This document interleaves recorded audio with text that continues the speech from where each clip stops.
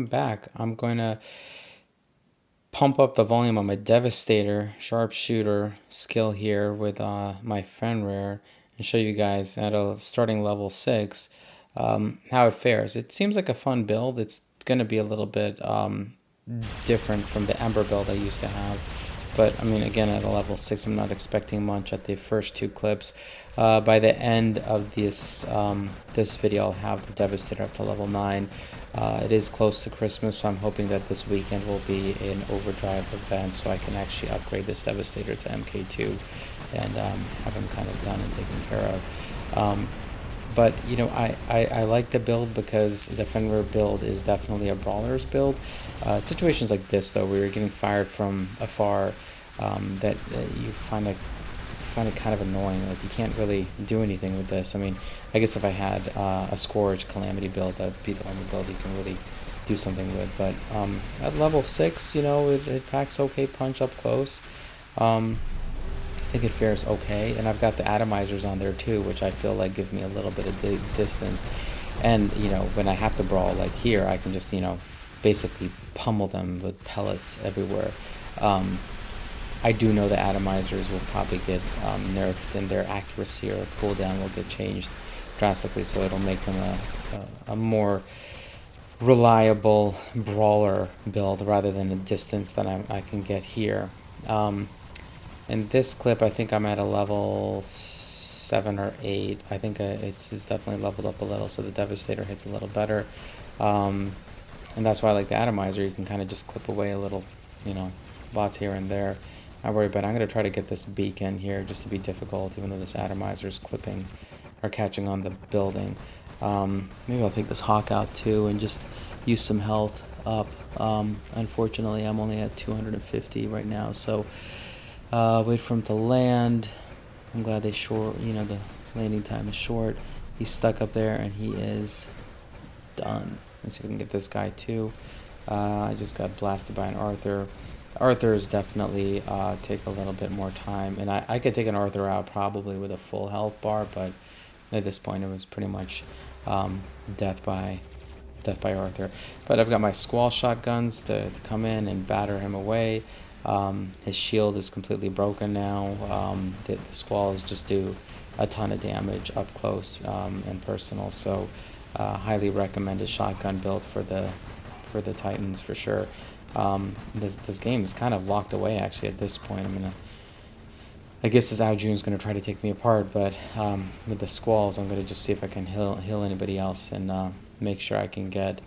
You know, I'm actually a nice Nodens player, so I'll heal him before he jumps, and try to take out a few other bots before I get wiped out. Up by another Nodens. Let's see. I don't have anybody to heal, so my damage resistance is definitely dwindling, and I think I'm getting killed on the left, so that'll be the end of that guy. This Havoc build is doing remarkably well. You can see Hawks come at me, you lose a few cents of health, but nothing major, which is kind of nice. You have to be patient, so kind of hunt around, but this build, you know, it can be fun. I don't know why this guy would try to lock me down, by the way, too. It's like Transcendence will survive. So hopefully I can get him soon. Nope, I guess he's going to have his own special effects. Oh, and he jumps too. Luckily there's no last stand, so I can go diving at this guy's face and kill him. Oh, that poor guy in the corner is getting melted away. I guess I'm not oh, I spoke too soon. I guess I am fodder. I'll transcend away. But I really like this triple Havoc build. It works well. It's kind of like the shotgun days. Yeah, you're kind of locked in at 200, but even at 200 there's pretty decent power. You can really push a lot of weight. Let's see if I can get this guy now. I need to keep an eye also on my health. Of course he phase shifts, so I'll phase shift out. I'll need to phase shift out. It's 2-on-1 is tough. So I wasn't trying to get a beacon there, just trying to show some fun shotgun builds. But I'm gonna switch it up here real quick to catch another beacon and try to salvage this game and see if we can win something. Classic Glacier Rhyme build.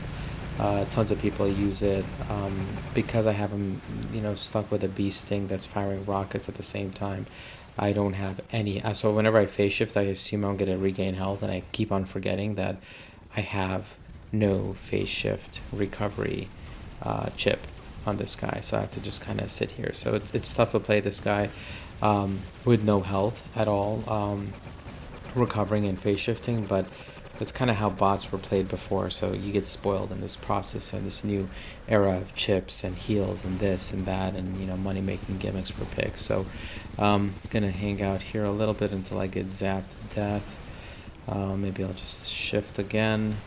I kind of wasted these 2 phase shifts. I usually don't waste them that much. You guys can see I have like 222 odd power cells. I don't use them that much, but I've been using a ton clearly in this game. Let's see, I'm gonna kill myself here trying to kill this guy and reflecting to death. I'll drop the Devastator Fenrir in the middle, and now he's finally up to level 9, so I can really kind of pop through and kill people. Like you can see here, this guy's just getting destroyed, devoured alive. If he would just come out of phase shift, I can wipe him out. I don't know if it's just bot froze or something, but the shot grouping is helping. You can see at 166 it still has pretty decent bang, whether it was a Devastator or the Atomizer's TBD, but it was always fun to sneak up on somebody that's sneaking up on somebody else. Take them down nice and slow. I don't have a advanced repair on my Fender. I just use a normal repair because I've got drone chips set up in such a way that like one click of it will actually heal the entire health pool. So it's a pretty efficient system that I have set up here. So let's get this Devastator out. Oh my goodness, somebody just dabbed. That's what I thought. Just love these scorpions and their death marks. I think they can take me out too. Come on, buddy. Let's go. Let's dance a little. Let's dance a little more. I think that's a Typhon. I don't know what the heck that is. Yeah, it's a Typhon. I should go get him. I don't have much health left. Maybe I can take this guy out too. Unless this Typhon's gonna get me. My luck will probably freeze me. Okay, at least he's gone. I'm out of range. Alright, let's drop in the infamous Squall shotgun build. There's just not enough coverage on this beacon. I need help from my teammates. I'll heal this guy, get some damage resistance. Take him out. There's another Techno Scorp on the left. Let me see if I can take him out. Nope. I need to take this guy out first. Alright, now I can get the beacon so I stop getting these pesky punks sneaking up on me. And then the dam. Alright, well, in conclusion, I think Pix might have pulled a fast one on us. You can see here in my current hangar, I've got essentially a shotgun build here, or a close build here with the Devastator. The Havocs, of course, are close range as well. This is one of my distance builds for Nightingale, but I mean, you can argue that with the Scourge, you can technically brawl as you get closer. Same with the Corker, so I would say that's maybe in between. This is probably my only dedicated build that is long range with the Dragoon Marquise at 600 range, and that's simply the function of the fact that the transformability for the Hawk is at around 500 meters or so. So that's a long distance range. And then here, for sure, this is my brawling Hawk build between 0 to 300 meters. So you can argue that's pretty short. And I flipped my Nodens around to make it more of a short, close range build with these Squalls. Sure, their effective range is 500 meters, which is great, but they really wake up around 200 meters or so. And the same for the Cyclones. Sure, the effective range is about 600 meters, but they wake up in the close range as well. So I think the shotgun era is back. It's not just Storm, so I'll give picks to that. There's diversity now. You've got the Sonics, you've got, the Glacier rocket builds. You've got now, the Titans have a short range build too with the Squalls and Groms. So I'll give them the fact that they definitely did increase variety.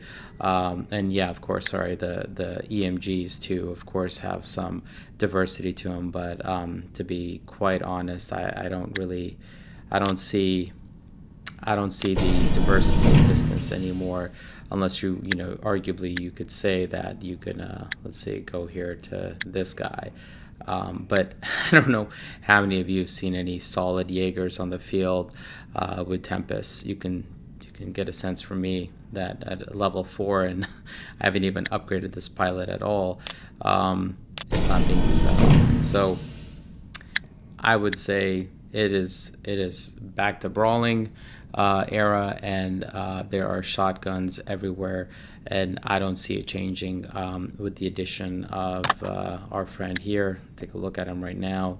Where the heck is he? Did I miss him? Nucleon. I did miss him. The shell right here. If you look at him, he's coming soon. Friend of DSC Corporation.